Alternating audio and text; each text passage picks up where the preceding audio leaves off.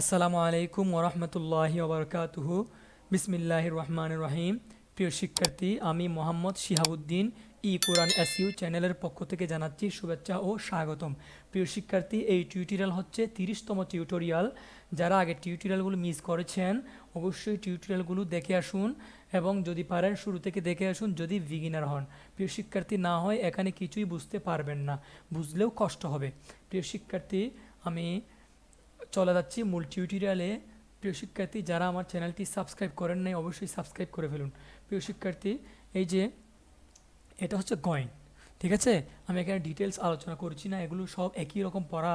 আপনারা এই 27 নম্বর 26 নম্বর 25 নম্বর এই টিউটোরিয়ালগুলো যদি 28 নম্বর এই টিউটোরিয়ালগুলো যদি ভালো করে দেখেন অবশ্যই এগুলো ভালো করে পারবেন। গয়েন আলিফ জবর, গয়েন আলিফ, এই যে এটা আলিফ, এটা গয়েনের সাথে, ঠিক আছে? এটা সব বলতে হবে। গয়েন আলিফ জবর, এটার নাম কি? জবর। জবর গয়েন আলিফ জবর গ, সিন জের সি, এটা হচ্ছে জের। এটার নাম কি? নিচে থাকলে কি হয়? জের হয়, উপরে থাকলে হয় জবর। গ সি, দুইটা মিলে কি হবে? গ সি। অফ দুই জের ইন, গ সি ইন। নুন আলিফ জবর না, সোয়াদ জের সই, না সই। র দুই জের রিন, না সই রিন। ওয়াও আলিফ জবর ওয়া, লাম জের লি, ওয়ালি। দাল দুই জের দিন, ওয়ালি দিন। প্রিয় শিক্ষার্থী, এই ওয়া এটা টান হবে নাকি হবে না বলেন তো কেউ একজন? এই জিনিসটা টান হবে? অবশ্যই হবে। আপনারা হয়তো অনেকেই ধারণা করে ফেলেছেন টান হবে, কিন্তু কেন টান হবে সেটা যদি বলি আমি, অনেকেই কিন্তু পিছিয়ে যাবেন, আবার অনেকেই পারবেন। হ্যাঁ, এটাই স্বাভাবিক। আমি বলে দিচ্ছি কেন টান হবে। এটা ওয়া বলার কারণ হচ্ছে মদের হরফ হয়েছে। এটা এটা কীভাবে মদের হরফ হয়েছে আমি কীভাবে বুঝলাম? এটা হচ্ছে জবরের বাম পাশে যখন খালি আলিফ আসবে তখন কিসের হরফ হয়ে যাবে? মদের হরফ হয়ে যাবে। কারণ জবরের জন্য কি লাগে? খালি আলিফ লাগে, ঠিক আছে? এই জন্য ওয়ালিদিন। হামজা জবর আ, আইন ওয়াও পেশ উ, এটাও কিন্তু মদের হরফ। পেশের বাম পাশে সাকিনওয়ালা ওয়াও, আউ আউ। জাল পেশ জু, জু হবে না, এটা টান হবে না, ঠিক আছে? এটা হরকত, টানা যাবে না। আউযু। হামজা জবর আ, কাফ ইয়া জের কি, আকি, এক আলিফ টানতে হবে। দাল পেশ দু, আকিদু। এটা হচ্ছে, এবার দেখেন, এটা হচ্ছে ইয়া আর এটা হচ্ছে খ, আর লম্বা এটা হচ্ছে আলিফ, ঠিক আছে? আমি জুম করে দেখাচ্ছি। এই যে এটা হচ্ছে ইয়া, নিচে, এটার নিচে এই দুইটা নোক্তা দেওয়া হয়েছে। এই দুইটা নোক্তা এটার মনে করবেন না, ঠিক আছে? এটার মনে করবেন না, এই দুইটা নোক্তা দেওয়া হয়েছে এটার জন্য। এই যে নিচে দুইটা নোক্তা মানে ইয়া, আর এই নোক্তা দেওয়া হয়েছে এই হার জন্য। আমরা জানি হার উপরে যখন একটা নোক্তা থাকে সেটা কি হয়ে যায়? হ হয়ে যায়, ঠিক আছে? হ, তার মানে এটা হবে কি? হ। আরগুলো সব আমরা চিনি, এটা হচ্ছে আলিফ, এটা হচ্ছে ফা। ইয়া জবর ইয়া, হ আলিফ জবর হ, কি হবে? ইয়া খ, ঠিক আছে? ইয়া খ, ফা পেশ ফু, ইয়া খ ফু। ইয়া জবর ইয়া, দাল কাটা জবর দা হবে না, দা বলে একালিফ টানতে হবে, ঠিক আছে? কাটা জবর কাটা জের উল্টা পেশকে একালিফ টানতে হয়। ইয়াদাহু, সরি ইয়াদা, হা পেশ হু, ইয়াদাহু।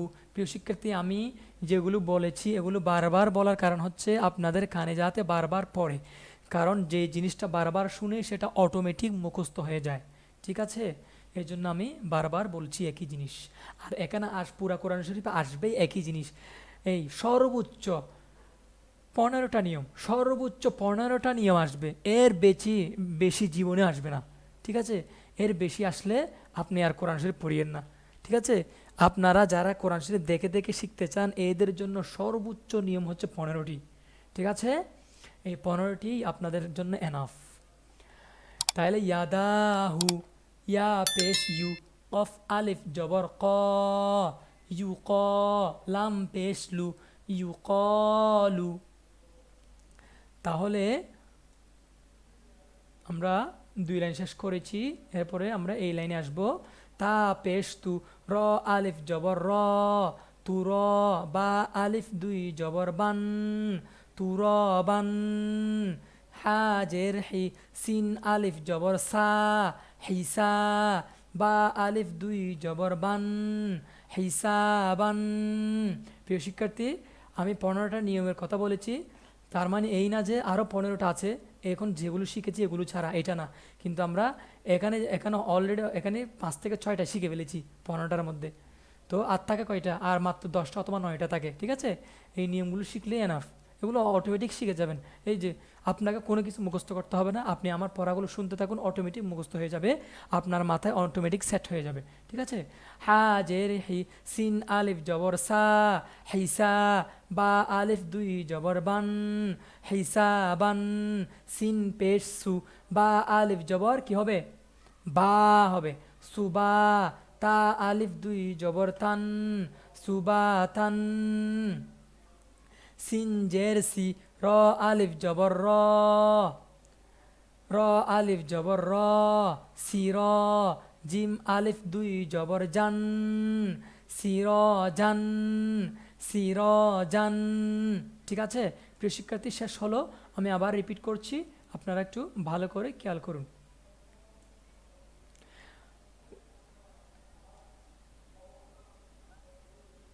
গইন আলিফ জবর গ সিন জের সি গ সি কফ দুই জের ইন গ সি ইন নুন আলিফ জবর না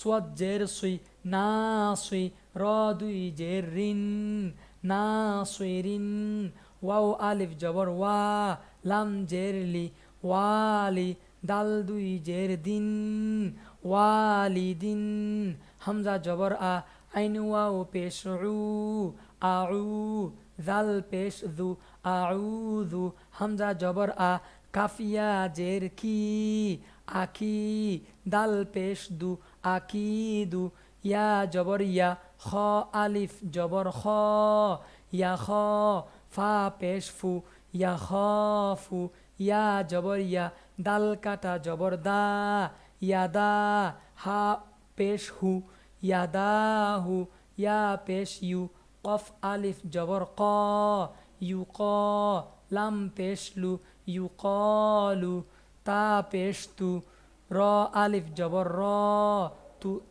র কাটা জবর র তু র বা আলিফ দুই জবর বান তুরবান হাজের হি সিন আলিফ জবর সা হিসা বা আলিফ দুই জবর বান হিসাবান সিন পেশ সু বা আলিফ জবর বা সুবা তা আলিফ দুই জবর তান সুবাতান সিন জের সি র আলিফ জবর র সির জিম আলিফ দুই জবর জান সির জান। প্রিয় শিক্ষার্থী, পড়া শেষ হলো। আপনারা ভালো করে এই পড়াগুলো আয়ত্ত করুন, ইনশাআল্লাহ কোরআন শিখতে পারবেন। প্রিয় শিক্ষার্থী, আমি বেশি কথা বাড়াচ্ছি না, আপনারা বেশি বেশি নামাজ পড়বেন। প্রিয় শিক্ষার্থী, বেশি বেশি নামাজ পড়বেন, নামাজ বাদ দিবেন না, 5 ওয়াক্ত নামাজ পড়বেন। দেখবেন আপনার চারদিক শান্তি, সব শান্তি নামাজের ভিতর। নামাজ না পড়লে 24টা ঘন্টায় অশান্তি লাগে। প্রিয় শিক্ষার্থী, 5 ওয়াক্ত নামাজ পড়ে ফেলবেন। আপনাদের বাড়িতে যারা আছে তাদেরকেও নামাজ পড়ার জন্য আগ্রহী করে তুলবেন। হয়তো তাদের নামাজও আপনার জন্য নাজাতের ওসিলা হয়ে যেতে পারে। আমরা সবাই এর জন্য প্রত্যাশী, নাজাতের জন্য প্রত্যাশা করি, আমরা সবাই জান্নাতের জন্য প্রত্যাশা করি।